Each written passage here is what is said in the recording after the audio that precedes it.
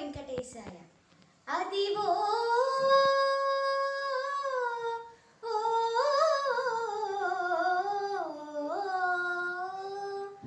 Adivo Alladivo శ్రీహరివాసము, 10,000 శేషుల పడగలమయము.